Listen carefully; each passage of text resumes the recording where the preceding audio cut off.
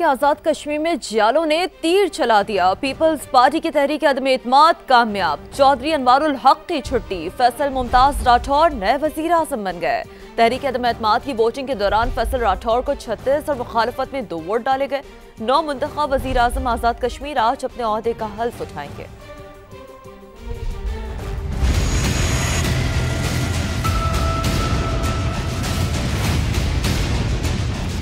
आज़ाद कश्मीर में in house तब्दीली। चौधरी अनवारुल हक के खिलाफ तहरीक अदम एतमाद कामयाब। फैसल मुमताज राठौर आज़ाद कश्मीर के नए वजीर आज़म बन गए। 9 मुंतखब वजीर आज़म फैसल मुमताज का असम्बली से पहला खिताब। कहा, पीपल्स पार्टी ने 1990 में मेरे वालिद को वजारत उज़्मा की जिम्मेदारी सौंपी। आज ये जिम्मेदारी मुझे मिली। कोशिश करूँगा क़यादत के एतमाद पर पूरा उतरूँ।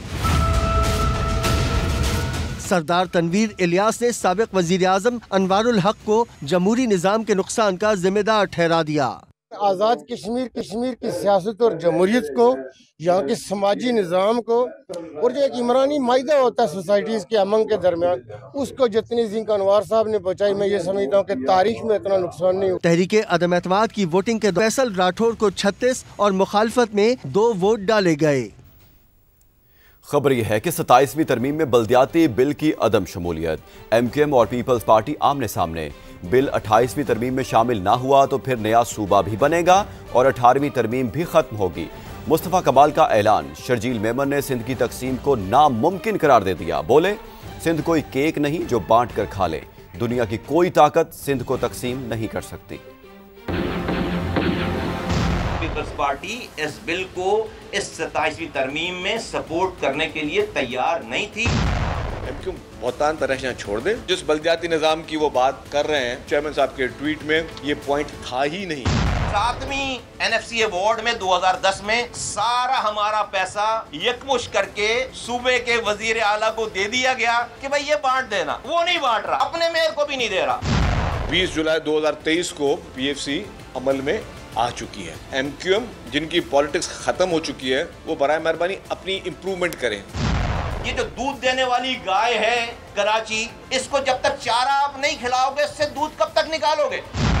एक मेगा स्कीम्स डेवलपमेंट की कराची में इस वक्त चल रही हैं और बहुत ही बड़े बड़े प्रोजेक्ट्स हैं जो कि कराची की हकीकी मायने में जो कराची की अक्कासी भी करते हैं और कराची को एक बहुत बेहतरी की तरफ लेके जाने के लिए वो बहुत मेगा स्कीम। अगर आपने लोगों को MKM के इस आईनी तरमीम की हिमायत करके इसको लोगों को इख्तियारात और वसाइल नीचे नहीं दिए तो सूबा फिर पाकिस्तान में बनेगा नागुज़ीर हो जाएगा। फिर जो है वो 18वीं तरमीम रोल बैक होगी। सिंध की तकसीम मुश्किल नहीं, नामुमकिन है। सिंध कोई केक नहीं है जिसको आप डिवाइड करके कोई खा सकता है। क्योंकि बात को ज़्यादातर एक कान से सुनो, दूसरी कान से निकाल। वज़ीर आज़म शहबाज शरीफ ने अहलियाने कराची की देरीना ख्वाहिश पूरी कर दी। कैंट स्टेशन पर नई सहूलियात और शालीमार एक्सप्रेस का इफ्तिताह कर दिया। मुसाफिर वज़ीर आज़म को अपने दरमियान देकर खुश हुए। खुर्शीद आलम की रिपोर्ट।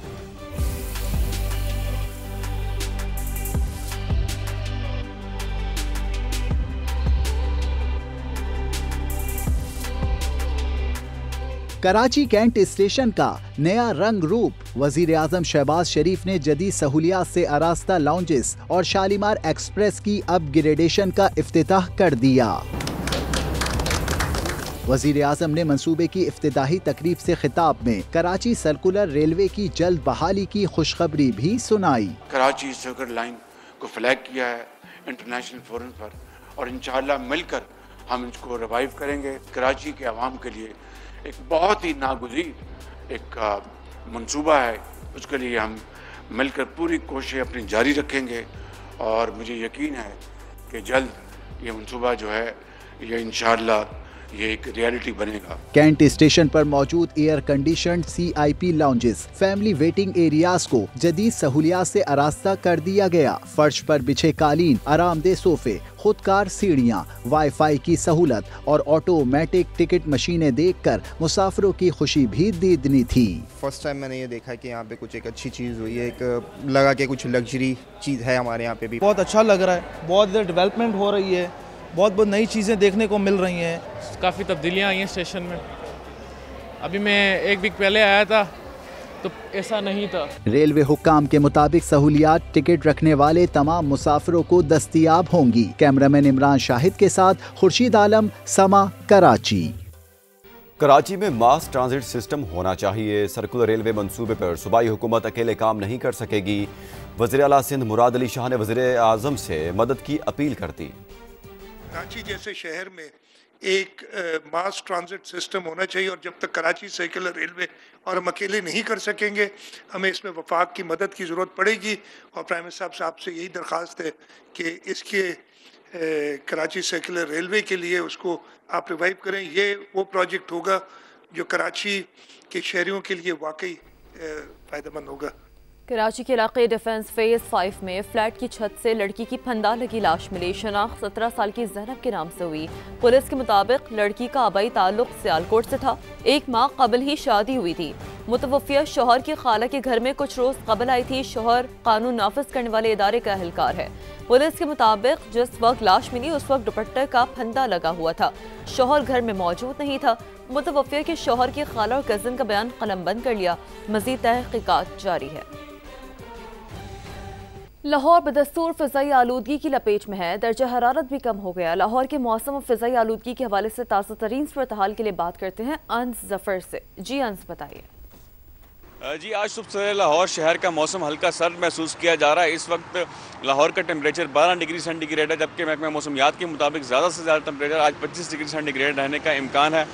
स्मोक के हवाले से बात करें तो लाहौर शहर में स्मोक की सूरत हाल बदस्तूर बरकरार है। शहर की फ़िज़ा बदस्तूर आलूदा ही है। इस वक्त एयर क्वालिटी इंडेक्स की मजमूई शरह जो है वो 187 रिकॉर्ड की जा रही है। दूसरी जानिब इस वक्त पाकिस्तान का सबसे आलूदा शहर जो है वो गुजरांवाला है। गुजरांवाला में फ़िज़ाई आलूदगी की शरह 316, जबकि फैसलाबाद में 306 रिकॉर्ड की जा रही है। हुकूमत पंजाब और जो ज़िला इंतज़ामिया है वो भी हरकत में आ चुकी है और स्मोक के खिलाफ एंटी स्मोक गन्स का इस्तेमाल भी किया जा रहा है। अंश, शुक्रिया आपका। आगे आपको बताएं गिलगित बल्तिस्तान में खुश्क सर्दी की शिद्दत में इजाफा। बलाई इलाकों में दर्जा हरारत नुक्ता इंजमात से नीचे पहुंच गया। सर्दी की शिद्दत आइंदा कई रोज तक जारी रहेगी। मौसम की सूरत हाल जानते हैं अपने नुमाइंदे मंजर शिगरी से। जी, गिलगित बल्तिस्तान और ख़ासकर गिलगित के मौसम की बात करते हैं तो इस वक्त जो है बिल्कुल खुश्क सर्दी की एक लहर जो है वो जारी है, जिसकी वजह से गिलगित बल्तिस्तान के जो बालाई इलाके हैं वहाँ पर रात का दर्जा हरारत जो है वो नुक्ते इंजमात से गिर जाता है, जबकि गिलगित के भी रात और सुबह के टाइम जो है नुक्ते इंजमात से गिर जाता है और दिन का भी बाज़ इलाकों में राज रहता है। बालाई इलाकों में सर्दी की शिद्दत में इजाफा हो रहा है। तो हल्के से कोई बादल जो है वो मंडलाते हुए गिलगित बल्तिस्तान में तो नज़र आते हैं, लेकिन खुश्क सर्दी की लहर जो है वो जारी है, जो इंतहाई ख़तरनाक भी हो सकती है सर्दियों के लिए। जी, मजीद खबरों में आपको बताएं कि मौसम सरमा की आमद के साथ ही सांगला हिल और गिरदोनवाह में गैस की गैर एलानिया लोड शेडिंग में इजाफा हो गया। मजीद जानते हैं समा के नुमाइंदे शेख इकबाल से। जी शेख इकबाल, आगाह कीजिएगा।